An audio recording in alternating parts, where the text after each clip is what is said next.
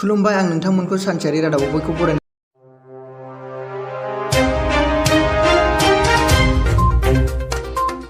साहित्य academy बान्थानि थाखाय सायख'जादों बर' थुनलाइ आफादनि बारग' आफादगिरि डक्टर कामेश्वर ब्रह्म बिथाङा। बर' आयदायाव राव दानस्लायनाय गिबि भारतनि जारिमिन सिगांनिफ्राय एडि 1300सिम गुबैयै द penguin history of early India from द अरिजिन्स टू एडि 1300 बिजाबनि थाखाय 2020 मायथाइनि राव दानस्लायनाय आयदानि साहित्य एकाडेमि बान्थाखौ फोसावनानै होबाय। असमिया आयदायाव राव दानस्लायनायाव भारतीय संस्कृति बिदि बिजाबनि थाखाय साहित्य एकाडेमि बान्थानि थाखाय सायख'जादों दिगन्त बिश्व शर्मा बिथाङा गिबि मन्त्रि हेमन्त बिश्व शर्मा बिथांनि बिदा। डक्टर कामेश्वर ब्रह्म बिथाङा राव सोलायनाय गिबि भारतनि जारिमिन सिगांनिफ्राय एडि 1300सिम बिजाबनि थाखाय साहित्य एकाडेमि बान्था मोननो हानायखौ बर' थुनलाइ आफादा दुंब्रुदै बरायदों।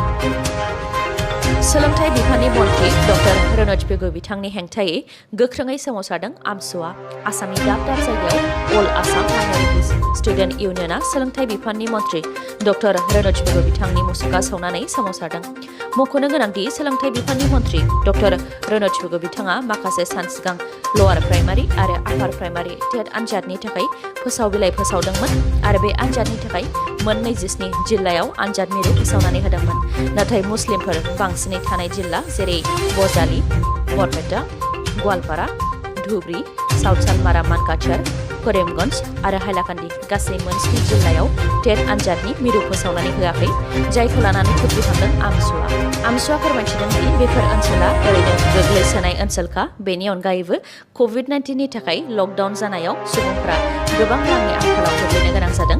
बे बेलायाव 200-300 किल'मिटार जानथायसिम दावबायनानै आनजाद हैनाया गोरलै जानाय नङा होननानै फोरमायथिदों आरो सोरखारा मुस्लिमफोरनि सायाव गुबुन नोजोरजों नायनानै बे थांखिखौ लादों होननानै फोरमायथिदों बिथांमोनहा। आमसुनि अनगायैबो कंग्रेस दोलोनि एमएलए देबब्रत शइकिया बिथाङाबो आसाम सोरखारनि बे थांखिखौ लानानै सोंखारिदों। गुबुन फारसेथिं बेफोर मोन 7 जिल्लायाव टेट आनजाद मिरु बानायनायनि सायाव चिफ मिनिस्टारनि चिफ एडभाइजार बिथाङा फोरमायथिदों दि बेफोर मोन 7 जिल्लायाव आनजादनि समाव गोबां बेले-बेजे खालामो, बेनिखायनो बेफोर जिल्लायाव आनजाद मिरु खालामनो हाया। बिथांनि बेबायदि बिबुंथि होनायनि सायाव आमसुआ फोरमान होनो थाखाय बिथोन होदों आरो बेफोर जिल्लायाव जुदि बेले-बेजे जायाब्ला मोन 7 जिल्लानि रायजो राजाफोरनाव निमाहा बिनांगोन होननानैबो खुद्रिखांदों बिथांमोनहा। टकिय'आव जानाय अलिम्पिक्स आरो पेरालिम्पिक्सआव बाहागो लानाय गेलेगिरिफोरनि गेलेनायाव बाहायनाय मुवा बेसादफोरनि सायाव अक्सन एबा निलाम जागासिनो दङ। निलामा थांनाय 17 September prime minister Narendra Modi बिथांनि जोनोम सानाव जागायजेनदोंमोन आरो 7 अक्ट'बराव जोबहैगोन। प्राइम मिनिस्टार नरेन्द्र मदि बिथांनि जोनोम सानखौ गोसोखांथि सान खालामनो थाखायनो इउनियन मिनिस्ट्रि अफ कालचारआ बे निलाम होनाय हाबाफारिखौ खुंदों। मख'नो गोनांदि टकिय'आव जानाय अलिम्पिक्स आरो पेरालिम्पिक्सआव देरहानो हानाय बिथांमोनहा गावसोरनि गेलेनायाव मोननाय मुवा बेसादफोरखौ प्राइम मिनिस्टार नरेन्द्र मदि बिथांनो गिफ्टआव होदोंमोन। बे गिफ्टआव होनायफोरनि सायावनो निलाम होनाय हाबाफारिया जागासिनो दङ। निलाम होजानायफोरनि मादाव अलिम्पिक्सआव ब्रन्ज मेडेल देरहासारनो हानाय बक्सार लाभलिना बरग'हाय बिथांनि आखायाव गानग्रा ग्लभ्स, सनानि मेडेल देरहासारनो हानाय जेभलिन खुबैग्रा नीरज चोपड़ानि जेभलिन आरो इन्डियान वमेन्स हकी टीमनि गंसे हकी लावथि जेराव इन्डियान वमेन्स हकी टीमनि सिगनेचार दङ। बिथांमोननि बे मुवा बेसादफोरा 10 कौटिसिम सौहैबाय। बिथांमोननि अनगायैबो पेरालिम्पिक्सआव सनानि मेडेल देरहासारनो हानाय जेभलिन खुबैग्रा सुमित आन्टिल बिथांनि जेभलिनाबो 10 कौटिनि खाथियाव सौहैबाय। अलिम्पिक्सआव ब्रन्ज मेडेल देरहासारनो हानाय बेडमिन्टन गेलेगिरि पिभि सिन्धु बिथांनि बेडमिन्टन बेग आरो रेकेटआबो 9 कौटिसिम सौहैबाय।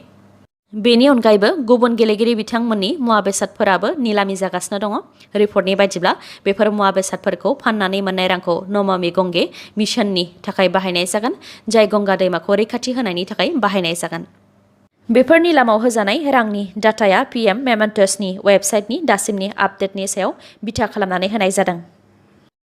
बिटिआर गोरोबथा जानायनि बोसोरनै जास्लाबियावनो मोननै हाथियार दैग्रा आफाद जोनोम जानाया जोबोद दुखुनांथाव।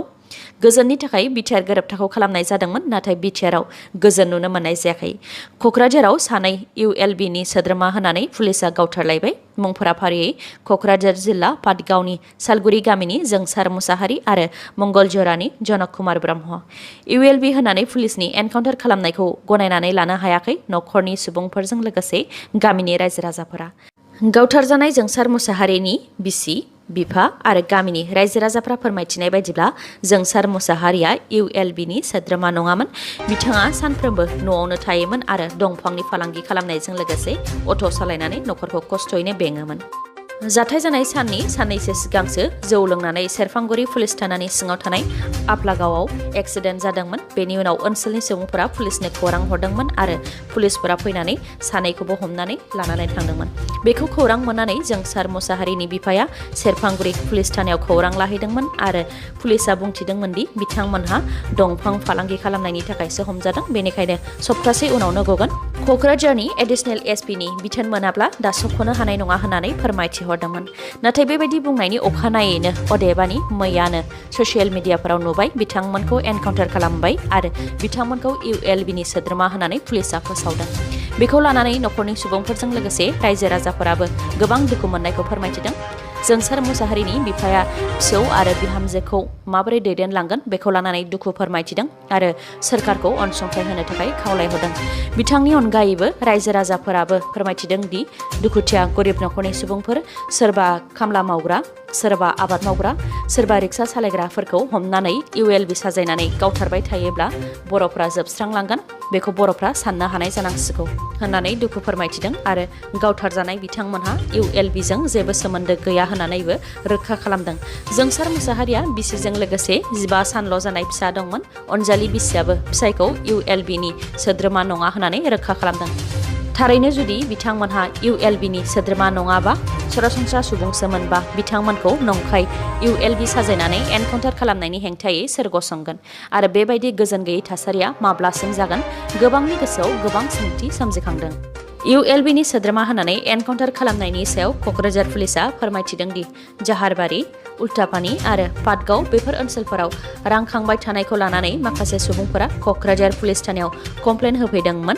बेनि सायाव गोख्रों नायबिजिरनाया जागासिनो दंखायोमोन। बेयावनो ULBनि सानै सोद्रोमाफोरा 18,000 रां लानानै थांगासिनो होननानै खौरां मोनदोंमोन होननानै क'क्राझार पुलिसआ फोरमायथिदों आरो खौरां मोननाय बायदियैनो सेरफांगुरि पुलिस थानायाव चेकिं खालामनो बिथोन होदोंमोन। नाथाय चेकिं खालामग्राखौ नुनानै बिथांमोनहा गारिखौ गोख्रै सालायदोंमोन, बेयावनो एक्सिडेन्ट जादों। बेनि उनाव बिथांमोनहा खारनो नाजादोंमोन, नाथाय रायजो राजानि मददजों हमनो हादों होननानै क'क्राझार पुलिसआ फोरमायथिदों। लोगोसे फोरमायथिबावदों दि सोंनाय फिननाय लानायनि उनाव ULBनि सोद्रोमा होननानै बिथांमोनखौ मिथिनो मोन्दों आरो उल्टापानियाव अरायजोर नङै केम्प लुनानै सा 7-8सो ULBनि सोद्रोमाफोरा थादों होननानै बिथांमोनहा पुलिसफोरखौ लानानै थांदोंमोन। बेयावनो पुलिस आरो ULBनि सोद्रोमाफोरनि गेजेराव गावलायलायनाया जादों। उनाव गावलायनाय जायगानिफ्राय बिसोर सानैनि गोथै देहाजों लोगोसे गंनै पिस्तल, माखासे ग्रेनेड बायदि मुवा बेसाद मोन्दों होननानै फोरमायथिदों क'क्राझार पुलिसआ। बारग' MLA रुपज्योति कुर्मीनि गोदान रुप। बे खेबाव राजखान्थिगिरिनि महर लायालासे साधु एबा मुनिनि महर लादों बिथाङा। गोदो गोदायनिफ्रायनो बिश्वकर्मानि सानाव धोरोमनि सायाव खालामबोनाय फावथिना दैस्य रत्नाकर मुक्ति लाभ फावआव गर्ग मुनिनि फाव खालामदों बारग' MLA रुपज्योति कुर्मी बिथाङा। बे फावथिना दिन्थिफुंनाया मरियनीनि देबारापारा सारियालियाव मेजिक एप कमिटिनि बानजायनायाव खुंजादोंमोन। मरियनी बियाबनि रायजो राजाफ्रा ओनसोलनि दैदेनगिरि रुपज्योति कुर्मीनि फाव खालामनायखौ नायनो थाखाय लोब लोब थुबुर जादों, जायजों फावथिनाया आरोबाव मेहेरगोनांसिन जादों। मख'नो गोनांदि रुपज्योति कुर्मीया मरियनी बियाबनिफ्राय कंग्रेसनि MLA महरै खेबब्रैयै देरहासारनो हादोंमोन। नाथाय देग्लाय BJP दोलोआव आखाइ हमनो थाखाय बिथाङा MLAनि बिबानखौ एंगारदों आरो BJPआव आखाइ हमदों। जाफिननो गोनां उफ्रा बिसायख'थियाव बिथाङानो फिन BJPनिफ्राय टिकेट लानानै MLAनि थाखाय बिसायख'थिखौ गेलेफिनगोन होननानै खौरां मोनबोबाय थानाय जादों। जाय हारिनि आखायाव हाथियार थायो बे हारिया जोबस्राङो, बेखौ बुंथिदों प्रमद बर'आ। क'क्राझार पुलिसआ ULB साजायनानै सानै लाइमोनफोरखौ गावथारनायनि सायाव प्रमद बर' बिथांनि बिबुंथि। बिथाङा बुंथिदों दि आयेननि बेरेखा खामानि मावोबा पुलिसआ गावनि खामानिखौ मावखागोनखा। 30-40 बोसोरनिफ्रायनो गोजोन गैयै थासारि नुबोदों, बेनिखायनो सासेबो सुबुंनि जिउ खहा जानाय आरो थरथिंसेबो थै गबावनायखौ लुबैला होननानै फोरमायथिदों बिथाङा। लोगोसे फोरमायथिबावदों दि खायसे सुबुङा सानो हाथियार लानानै गासैबो खामानिखौनो मावनो हायो, नाथाय हाथियारा गावखौबो फोजोबस्राङो, बेखौ साननो हानाय जानांगोन होननानै फोरमायथियो बिथाङा। आरो जाय समाजाव आयेन बेरेखा हाथियार थायो, जाय हादराव आयेन बेरेखा हाथियार दङ, बे हादर एबा समाजा जोबस्रांलांगासिनो दङ होननानैबो फोरमायथिबावो बिथां प्रमद बर'आ।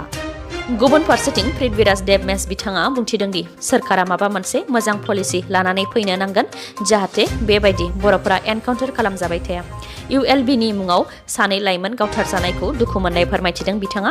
लोगोसे बिथाङा बुंथिबावदों दि गोबां खस्थ'नि गेजेरजों NDFB-फोरखौ लाबोफिननानै बिटिआर गोरोबथा खालामबाय। बेनि उनाव आरोबाव NLFB जोनोम जाबाय। बिथांमोनखौबो खस्थ'नि गेजेरजों लाबोफिनबाय। आरोबाव ULB जोनोम जाबावबाय आरो बिटिआरआव सानैखौ एनकाउन्टार खालामबावबाय। बेबायदिब्ला बिटिआरआव माब्ला गोजोना फैगोन होननानै सोंथि खालामो बिथाङा। लोगोसे बेफोरखौ होबथानो थाखाय सोरखारा मोनसे मोजां पलिसि लाबोनो नांगोन जायजों सुबुंफोरा फिथाइ मोनफुंनो हागोन। लोगोसे बर' लाइमोनफोराबो गोजोन सावरायलायनायनि सायाव फोथायनाय लाखिनो नांगोन आरो हाथियार दैनायनिफ्राय गोजानाव थानो नांगोन होननानै खावलायो बिथाङा। रायजो सभानि उफ्रा बिसायख'थिनि थाखाय आसाम BJP-निफ्राय सर्बानन्द सन'वाल बिथांखौ सायख'बाय। आसामखौ लानानै गुबुन गंबा रायजोआव फैगौ 4 अक्ट'बराव जानो गोनां रायजो सभानि उफ्रा बिसायख'थिनि थाखाय भारतीय जनता पार्टीनि मिरु बिसायख'थि आफादा आसाम आरो मध्य प्रदेशनि थाखाय बिजाथि सायख'बाय। BJP-नि मिरु आफादा आसामनि मोनसेल' मासिनि थाखाय बारग' गिबि मन्थ्रि एबा दानि मिरुनि मन्थ्रि सर्बानन्द सन'वालखौ बिजाथि महरै सायख'बाय। 2021नि बिधान सभानि बिसायख'थियाव माजुलिनिफ्राय देरहासार जानो हानायनि उनावनो बिथांनो मदिनि मन्थ्रि आफादा मिरुनि मन्थ्रि बिबान होदोंमोन। बेनिखायनो मिरुनि मन्थ्रि महरै बिबान लाबाय थानो थाखाय सर्बानन्द सन'वाल बिथाङा रायजो सभानि बिसायख'थियाव देरहासारनाया जोबोद गोनांथि। मख'नो गोनांदि बिस्वजित दैमारी बिथाङा बिबान एंगारनायनि उनावनो रायजो सभानि मासिया लांदां जानानै दंमोन। बेनिखायनो आसामाव रायजो सभानि थाखाय उफ्रा बिसायख'थिया जाफिनगोन। 4 अक्ट'बराव जानो गोनां बिसायख'थिनि नमिनेसन होनायनि जोबथा खालारा 22 सेप्तेम्बर। गुबुन फारसेथिं BJP-आ मध्य प्रदेशनि मासिनि थाखाय डक्टर L. मुरुगानखौ बिजाथि महरै सायख'बाय।